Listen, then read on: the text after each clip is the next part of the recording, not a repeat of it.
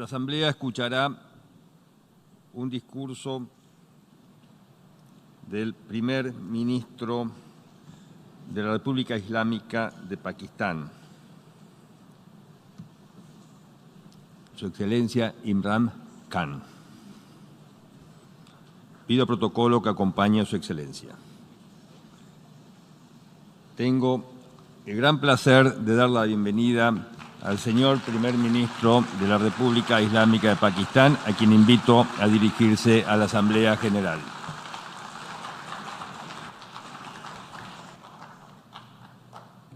Bismillah ar-Rahman ar-Rahim. Iyyaka na'budu wa iyyaka nasta'in. Mr. President, Honorable Secretary General, Excellencies, ladies and gentlemen, I feel honored today to represent my country at this forum of world leaders, where we have a chance to discuss problems that the world is facing. I want to talk about a lot of problems, but just 4 today. And I especially came to this forum despite a difficult time in my country, facing challenges. I would not have come, but because I feel that there are some very urgent problems which the world must address. So first of all, I start with climate change. So many leaders have talked about climate change. But Mr. President, I feel that there is a lack of seriousness. Perhaps world leaders some of the leaders who can do a lot, do not realize the urgency of the situation. We have a lot of ideas, but as someone said, ideas without funding is mere hallucination. Pakistan, I'll give you start with my own country. Our country is amongst the top 10 nations in the world which are most affected by climate change.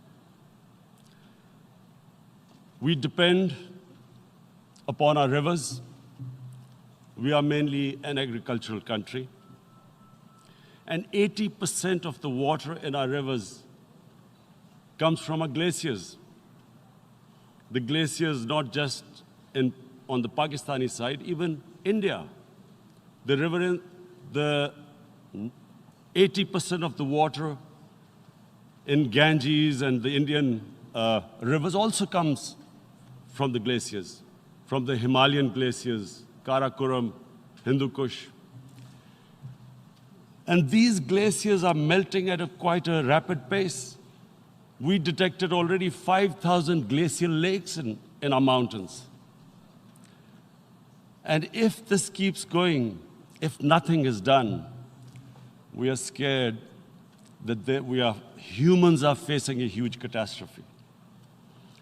In my country, when my party came to power in the province of KP, we planted 1 billion trees in 5 years.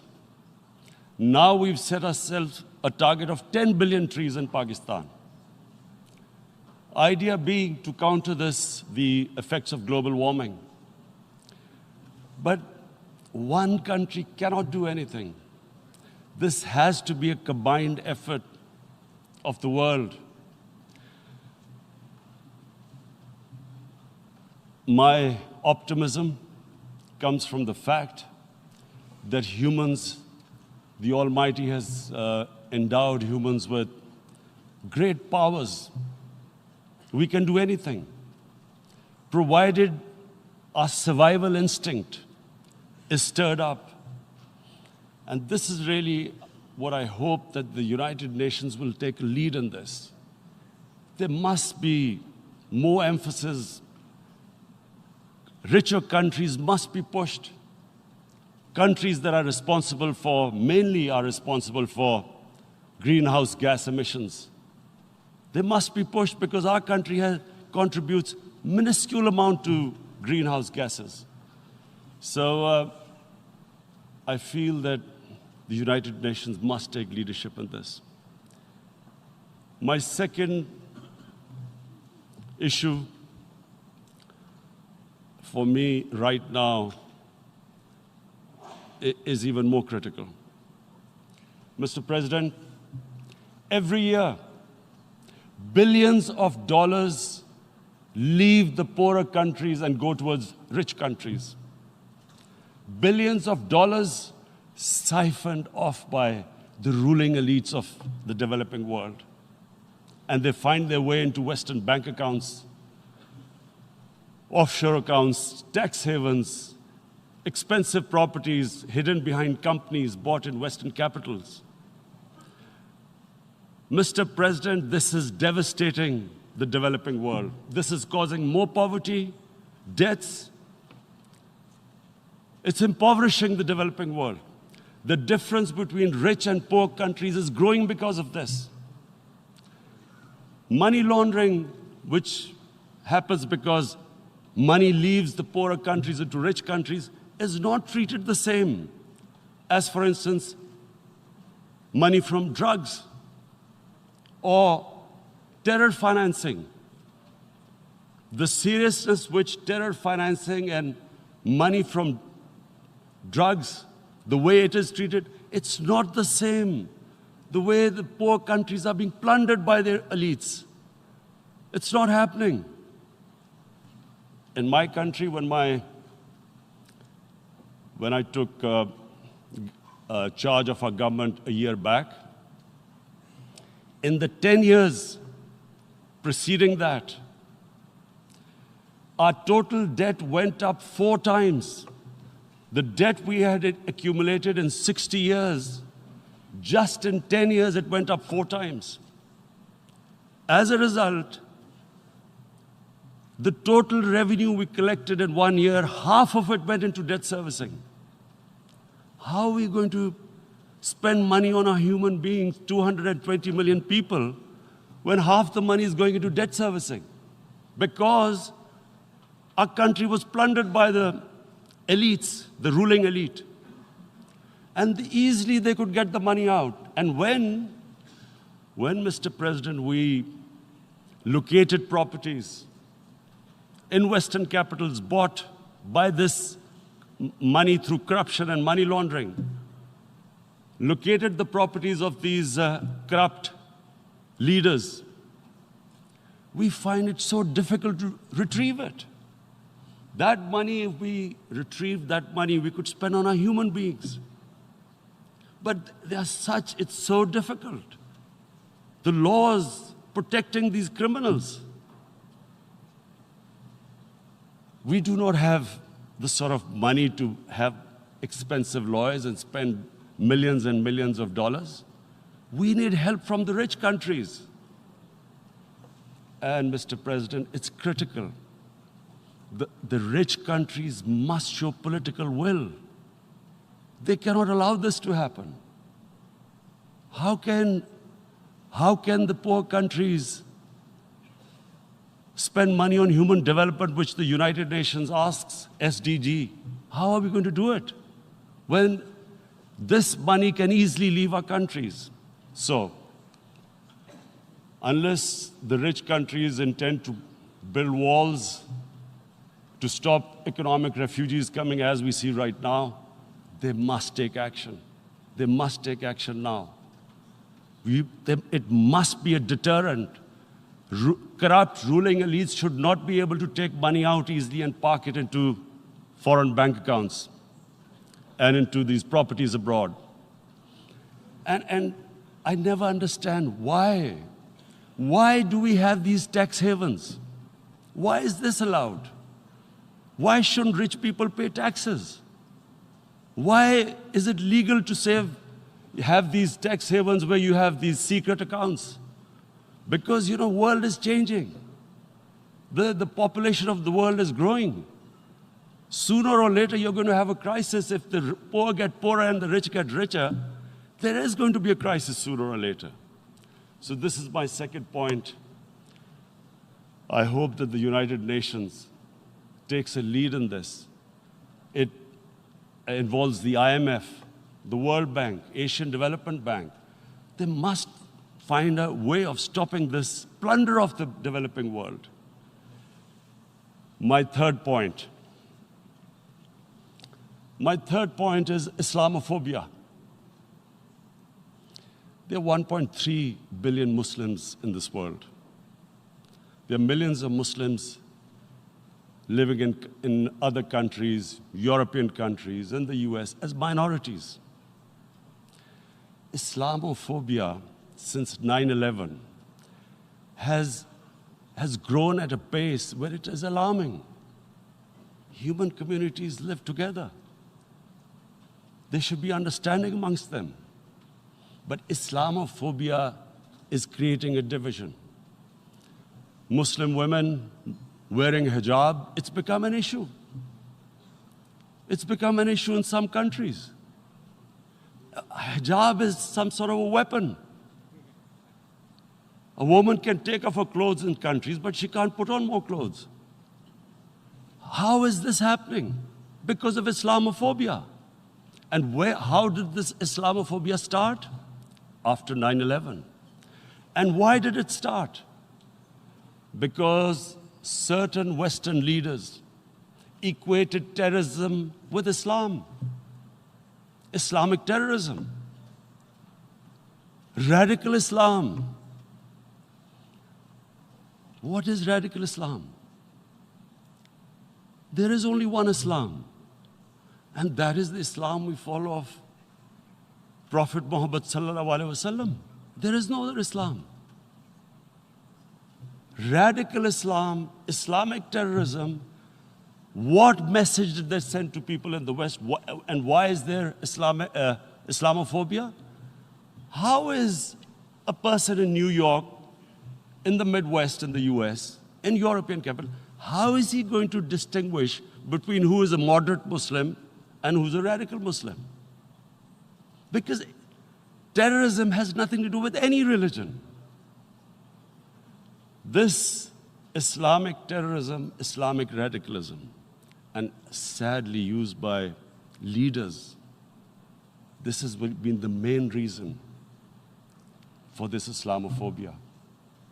And it has caused pain amongst Muslims. We in Muslim countries watch this Islamophobia traveling abroad, and it's getting worse. And may I just say, Mr. President, that in European countries, it is marginalizing Muslim communities. And we all know that marginalization leads to radicalization. Some of the people who ended up as militants in Syria and other places were from marginalized Muslim communities. And my point here is that we must address this issue. I'm sad to say that we Muslim leaders have not addressed this issue either. After 9/11, when this thing came about war against radical Islam, rather than Muslim leaders trying to explain to the West that there is no such thing as radical Islam, in all human communities, they are radicals. They're liberals and rest are moderate. All human communities, Christians, Jews, everyone has it. But Islam is not radical, neither Judaism, neither Christianity, neither Hinduism. No religion preaches radicalism. The basis of all religion is compassion and justice, which differentiates us from the animal kingdom. But unfortunately, the Muslim leadership was so scared of being called radical Islam that all of them became moderates. In Pakistan, we were in the eye of the storm, and our government coined a phrase called enlightened moderation. No one knows what it meant. But everyone started putting on Western suits that they were moderates, started speaking. Even those who didn't know English would speak English because they were moderates. No one had a clue what it was. Because we, in the Muslim world, did not explain to the West that there is no such thing as radical Islam. One of the reasons why after 9/11, Islam was supposed to be equated with terrorism was suicide attacks. Because the 9/11 bombers did a suicide attack, all sorts of theories came up that the Muslims are involved in suicide attacks because they will get virgin in heavens. Some came up with, what about women, suicide attackers? So this bizarre thing happened. No one explained. Suicide attacks and Islam were equated. No one did research that before 9/11, the majority of suicide attacks in the world were by Tamil tigers, who were Hindus. No one blamed Hinduism, and quite rightly. What has Hinduism got to do with what desperate people were doing in Sri Lanka? We all know about, we've seen films about Japanese kamikaze pilots at the end of the Second World War doing suicide attacks. No one blamed the religion.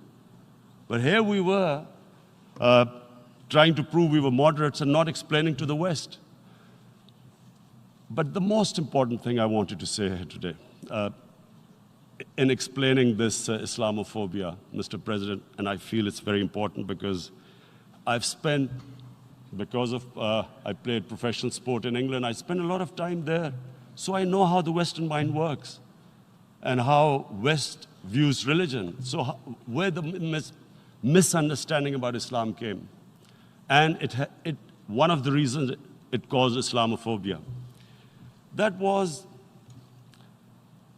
in 1989, this book was published, maligning, insulting, ridiculing our Prophet Muhammad sallallahu alaihi wasallam. And there was a reaction in the Muslim world. The West couldn't understand what was the problem. Because in the West, because I have spent so much time in the West, religion is perceived completely differently.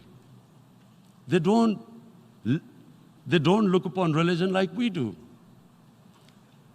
And so, Islam was supposed to be an intolerant religion. It was against freedom of expression. And Islam took a real beating 30 years ago. I still remember it became a watershed.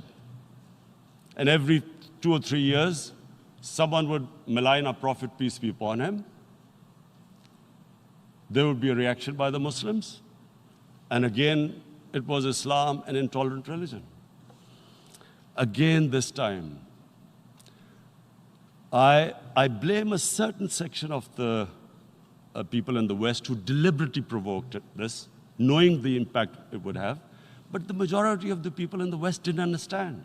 This is where, again, Muslim leadership let the Muslims down.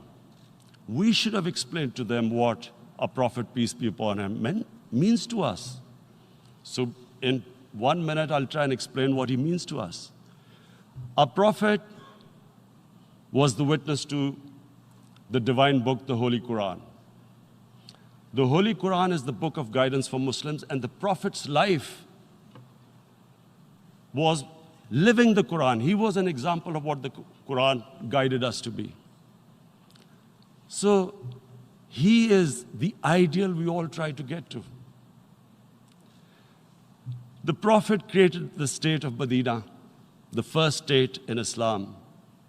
That state was the basis of a Muslim civilization which became the predominant civilization for the next 700 years. And what was that state? I hear such strange things about Islam, that it is against women, it's against minorities. The first state of Islam in Medina, it was the first time a welfare state was set up. The state took responsibility of the weak, widows, orphans, poor people, handicapped. It taxed the rich, spent the money on the poor. The state announced that all human beings are children of Adam, hence equal, whatever the color of their skin. The state announced, the Prophet announced that, and slavery, the whole system depended on slavery as it did for many years in the Western societies. The Prophet said that one of the greatest deeds is to free a slave.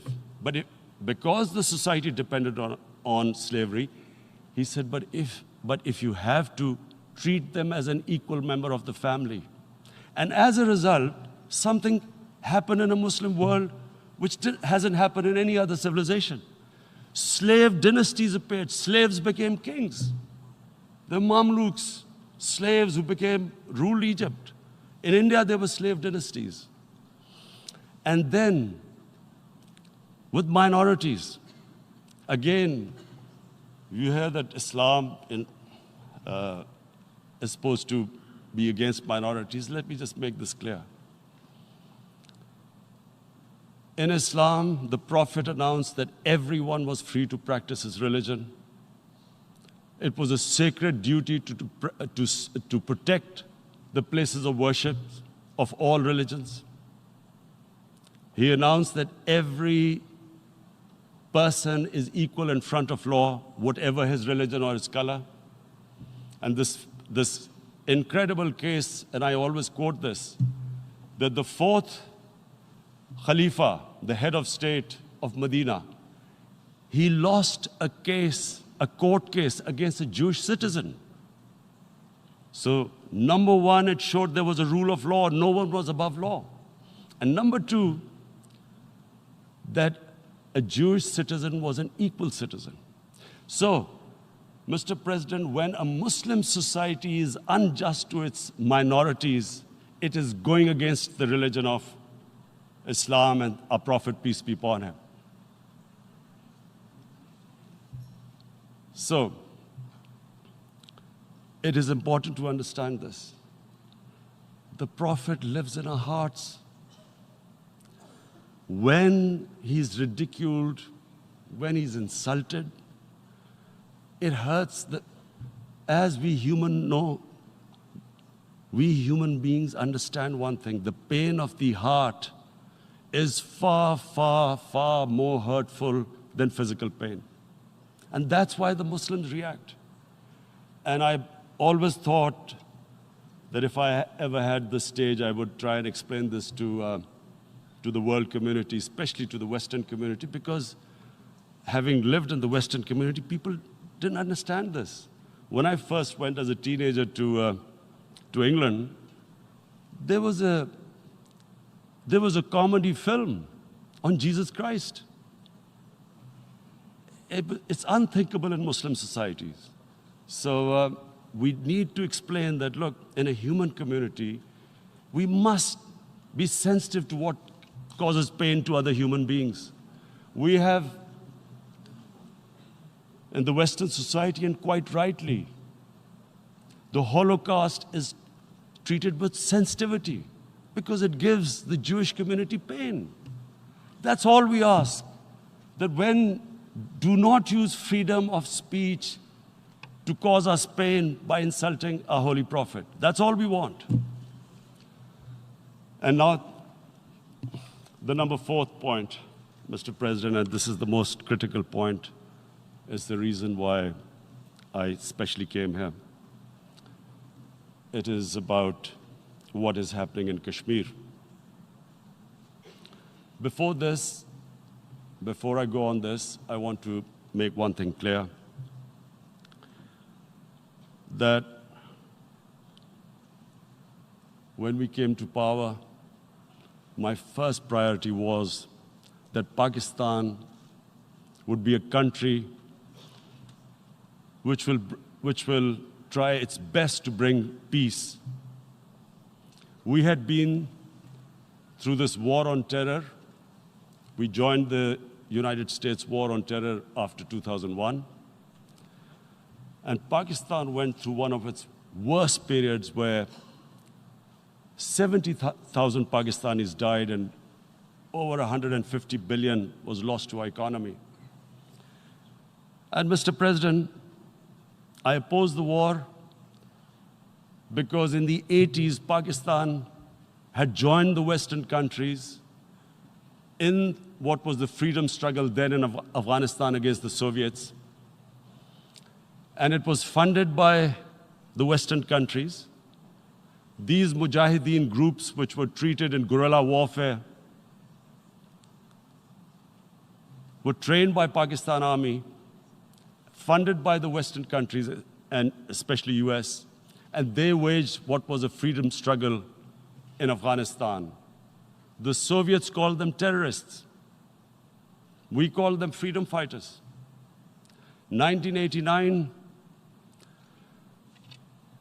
the Soviets retreated. The Americans packed up and left. Pakistan was left with these groups. Come 9/11, Pakistan joined the United States in this war on terror.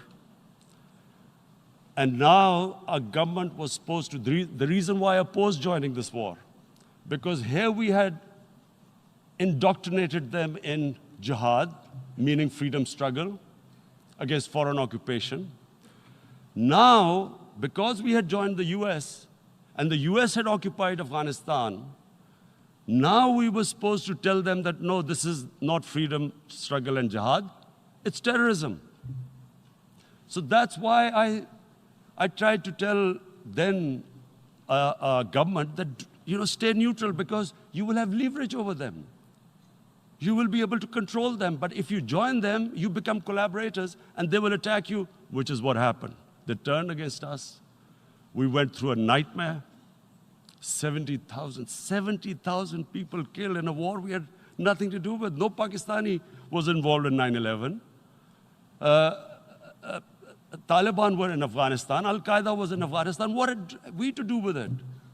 70,000 Pakistanis died.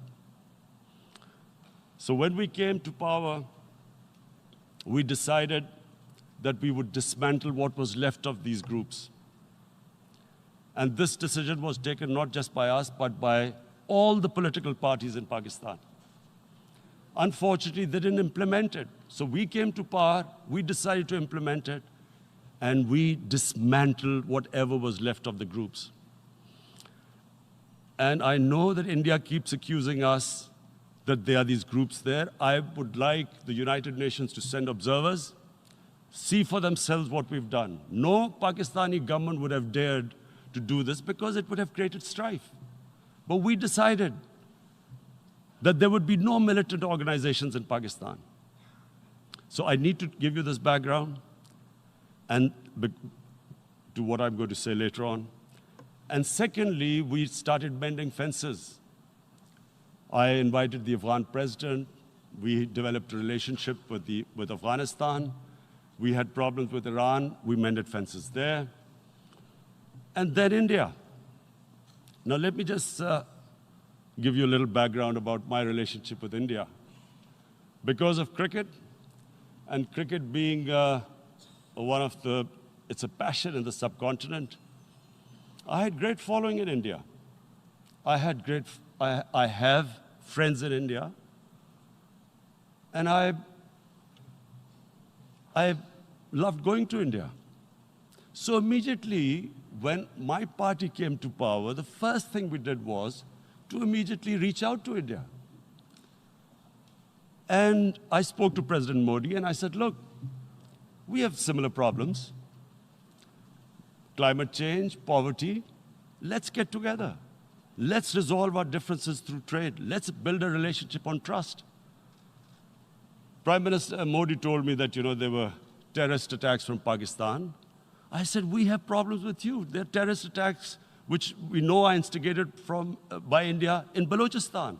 We caught a spy, Kulbhushan Yadav, who admitted what the sabotage going on in Karachi and Balochistan. So we said, look, let's leave that behind. Let's move forward. Our main priority should be our people.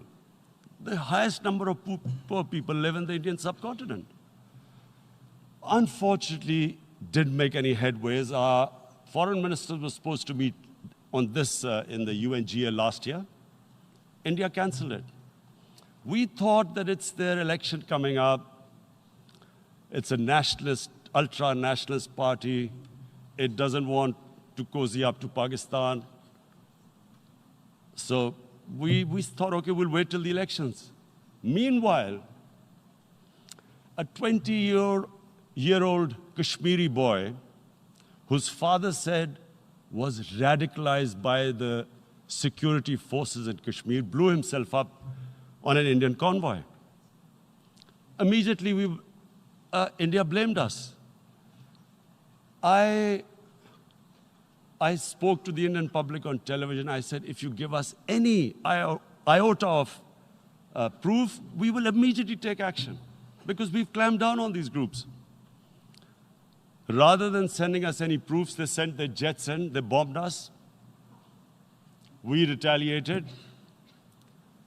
A jet, 2 of their planes were shot down, 1 pilot bailed out in Pakistan. We immediately returned the pilot, saying that, look, we do not want any escalation.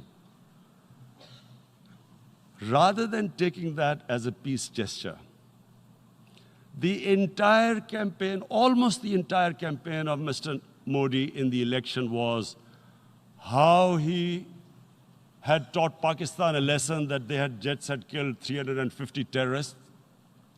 Complete lie. They had just killed about 10 trees of ours, which was quite painful given that, we are growing all these trees.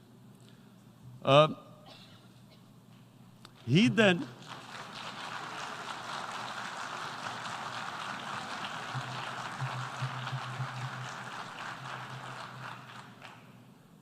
the election campaign, Mr. Modi used words like, this is just a trailer, the movie is about to start.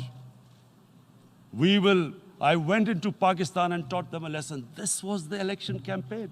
Okay, so we thought, us politicians make all these statements to win elections. So, okay, after elections, we'll get back to our normal relationship. Well, the moment the elections ended, we approached India, no response, but then we discovered they were trying to push us in the FATF blacklist to bankrupt us. That's when we realized there was an agenda. And that agenda became obvious on the 5th August when India went against 11 United Nations Security Council resolutions, which say that Kashmir is a disputed territory and the people of Kashmir have the right of self-determination. They went against that. They went against Simla Accord, which is about bilateral, sorting out our differences through bilateral means, went against that. They actually went against the Indian Constitution. Illegally, they revoked Article 370, which gave Kashmir the special status. They got an extra 180,000 troops there. Total number of security forces in Kashmir now are 900,000. And they put 8 million people of Kashmir under curfew.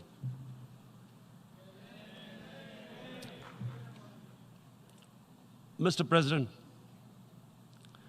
now I just briefly want to make the people understand, how can anyone do something like this? And for that, I have to explain to you what is RSS. RSS, Mr. Narendra Modi is a life member of RSS. RSS was an organization that was inspired by Adolf Hitler and Mussolini, came about in 1925. They believed in racial purity, racial superiority. They also believed they were an Aryan race like the Nazi believed they were an Aryan race. All that I'm saying can be verified. This is the time of information revolution. You can Google all this, what I'm saying. But it is very important for me to explain this to you so you know what is happening in India. This RSS believed in the ethnic cleansing of Muslims from India. At one point, there was racial superiority of the Hindu race. Secondly, it was hatred for the Muslims and for the Christians, because they believed that this golden age of Hindu civilization was stopped because of Muslim rule centuries back and then the British rule of India.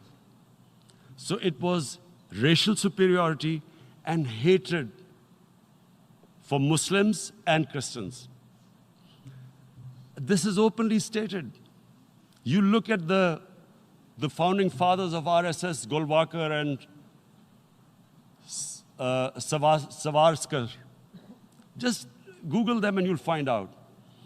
And this ideology of hate is what murdered the great Mahatma Gandhi in 1948. It was this ideology of hate that made Narendra Modi in 2002 do a pogrom against Muslims in Gujarat when he was the chief minister. He allowed 3 days for these RSS goons who were inspired by the Hitler brown shirts. They actually wear brown shirts. This RSS, the Congress Home Minister gave a statement that in RSS camps, terrorists are being trained. And these terrorists butchered 2,000 Muslims and 150,000 Muslims were made homeless. Narendra Modi could not travel to the US because of that. And I need to make you understand this background before I explain to you that what sort of a mindset would lay siege to 8 million people with 900,000 troops. Women, children, sick people, locked in as animals. In fact, of what I know of England, if 8 million animals were locked in, the RSPCA would have made a lot of noise about it. These are human beings.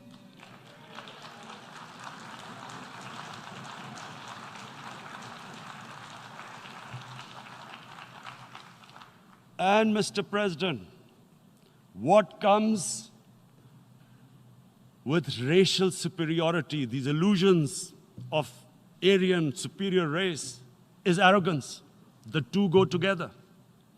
And it's arrogance that makes people make mistakes and do stupid things. Cruel things like what Narendra Modi has done. It's sheer arrogance. And it's arrogance that has blinded him from the fact that what is going to happen when the curfew is lifted? Has he thought about it? This hasn't been thought through. What is he going to do when he lifts the curfew? Does he think that people of Kashmir will quietly accept the status quo because India has changed the constitution and taken away the special status? They'll accept that? Mr. President, 100,000 Kashmiris have died in the past 30 years because they were denied the right given by the United Nations, the right for self-determination. 100,000 have died and 11,000 women have been raped. There are 2 United Nations human rights reports on this. The world hasn't done anything because India is a huge market, 1.2 billion people. Sadly, the material prevails over the human. But this has serious consequences. Again, I repeat, that's why I'm here. Look, what is going to happen when the curfew is lifted will be a bloodbath. The people will come out. There are 900,000 troops there. They haven't come to, as Narendra Modi says, he's done this for prosperity of Kashmir. This is supposed to be for the development. These 900,000 troops, what are they going to do when they come out? There'll be a bloodbath. Has he thought it through what happens then? Mr. President, has anyone thought that what happens when there is a bloodbath? What do you think the impact will have on people of Kashmir? What do you think they will think? The way they have been boxed in their houses, treated like worse than animals, no rights. Thousands of all the political leadership has been arrested, taken out of Kashmir. Even those Kashmiri leaders who were pro-India have been taken out. 13,000 boys have been picked up and taken to God knows which destinations. So what do they think? What will the people of Kashmir do when they lift the curfew? They will be out in the streets. And what will these soldiers do? They will shoot them. They've already used pellet guns, blinded young boys. In the last 6 years, the 5 years, the oppression that has gone on in Kashmir. And so, Kashmiris will be further radicalized. Mr. President, there will be another Pulwama. And guess what? India will blame us. They're already blaming us. They're saying all this is happening because of Pakistan. One of their defense ministers said, there are 500 terrorists lined up on the border to go in. Why would Pakistan send 500 terrorists when there are 900,000 troops? What impact are they going to make? What will they do? And don't we know that the moment there is some terrorist attack, all that will happen is there'll be further cruelty and oppression of the people of Kashmir. We will just give the 900,000 troops to further crush the people of Kashmir. And then we'll give the Indian government an excuse that, look, Pakistan is a terrorist state, and this mantra that has gone on, Islamic terrorism. The moment you use this catchword, Islamic terrorism, the whole world turns away. No one talks about human rights. You can do whatever you want, which is what has happened in Kashmir, because they keep using this word, Islamic terrorism. And this is what they're doing right now. What do we benefit from further increasing the cruelty on the people of Kashmir?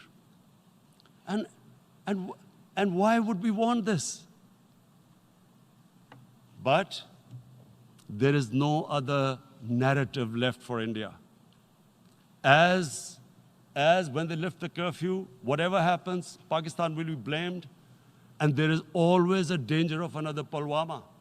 They might come and bomb us again, and then another cycle might start. And what does Narendra Modi think? That 180 million Muslims of India are thinking right now. Aren't they watching these Kashmiris stuck inside for 55 days they've been stuck in? Aren't they watching? What do you think?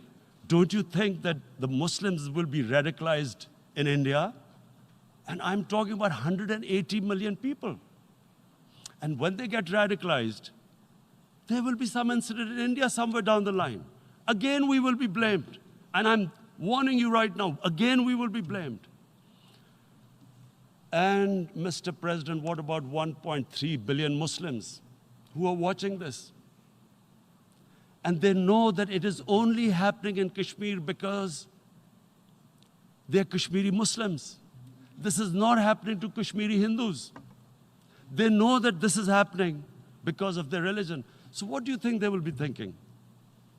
What do you think the Jewish community would think if they were, forget 8,000 Jews stuck like this? What do you think Europeans would think? What do we think? I mean, any human community, if their members are stuck like that, what do you think they will think? Are we a children of a lesser God? Is it not going to cause us pain? And then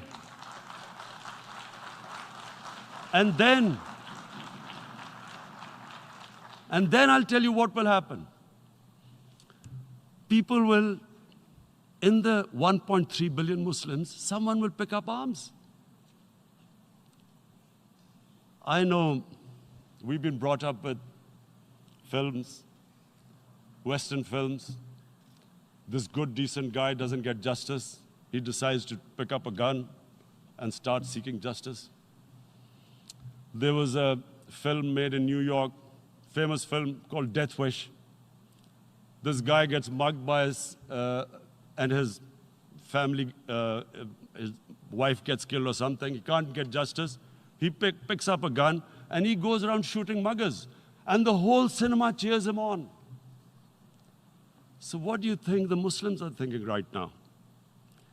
If there is a bloodbath, there will be Muslims becoming radicals, not because of Islam, but because of what they will see, that there's no justice when it comes to Muslims. There were Rohingya Muslims, Myanmar, who are, God knows, almost 1 million people out, ethnic cleansing. What was the response of the world community? So what do you think will be the response of 1.3 billion Muslims? I picture myself. I'm in Kashmir. I've been locked up for 55 days. I have heard about, and there are rapes, Indian Army going into homes, soldiers. Would I want to live this humiliation? Would I want to live like that? I would pick up a gun. You're forcing people. You are forcing people into radicalization. When people lose the will to live, what is there to live for? And this is what, if you can do this to human beings, you are actually radicalizing people. And so, Mr. President, I want to repeat here, this is one of the most critical times. There will be a reaction to this. Pakistan will be blamed. 2 nuclear-armed countries will come face to face, like we came in February. And before we head in that direction, the United Nations has a responsibility.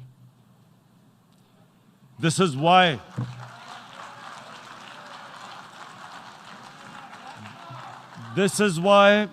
the United Nations came into being in 1945. You were supposed to stop this happening.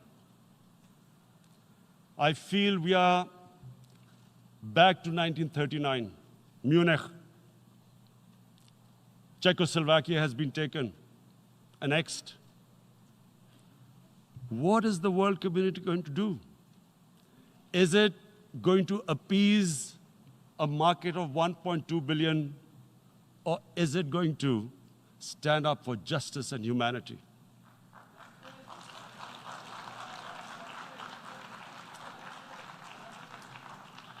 If this goes wrong, you hope for the best, but be prepared for the worst. If a conventional war starts between the 2 countries, Mr. President, if a conventional war starts, and anything could happen, but supposing a country 7 times smaller than its neighbor is faced with the choice, either you surrender or you fight for your freedom till death, what will we do? I ask myself this question. And my belief is, La ilaha illallah, there is no God but one. And we will fight. And when